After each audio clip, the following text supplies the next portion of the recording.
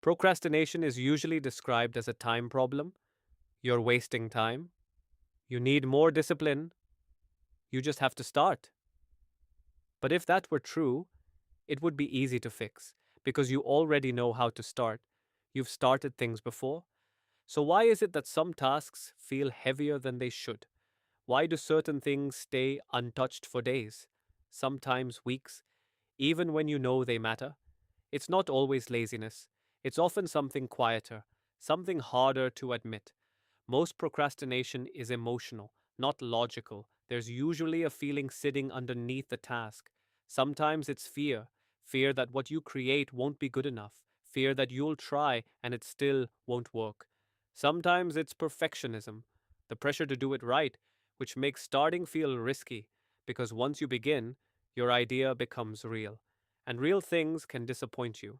Sometimes it's overwhelm, the task feels too big, too undefined.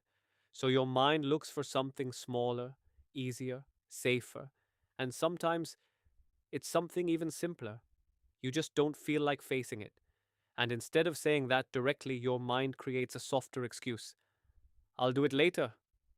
But later rarely comes because the emotion doesn't disappear, it just waits. This is why productivity advice often fails here, because it tries to fix behavior without understanding the feeling behind it.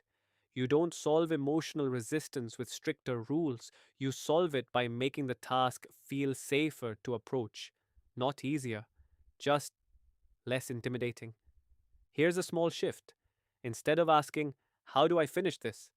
Ask, how do I make this easier to start? Because starting is where most of the resistance lives. And one of the simplest ways to reduce that resistance is to remove the pressure to be good. Give yourself permission to do it badly, not as a mindset trick, but as a real, honest decision. If you're writing, write something messy.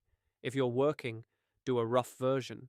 If you're stuck, just open the file and sit with it for a minute. No expectations.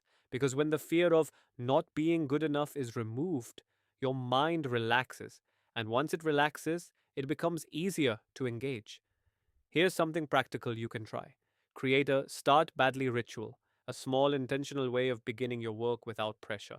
It could be as simple as saying, this doesn't have to be good, it just has to exist.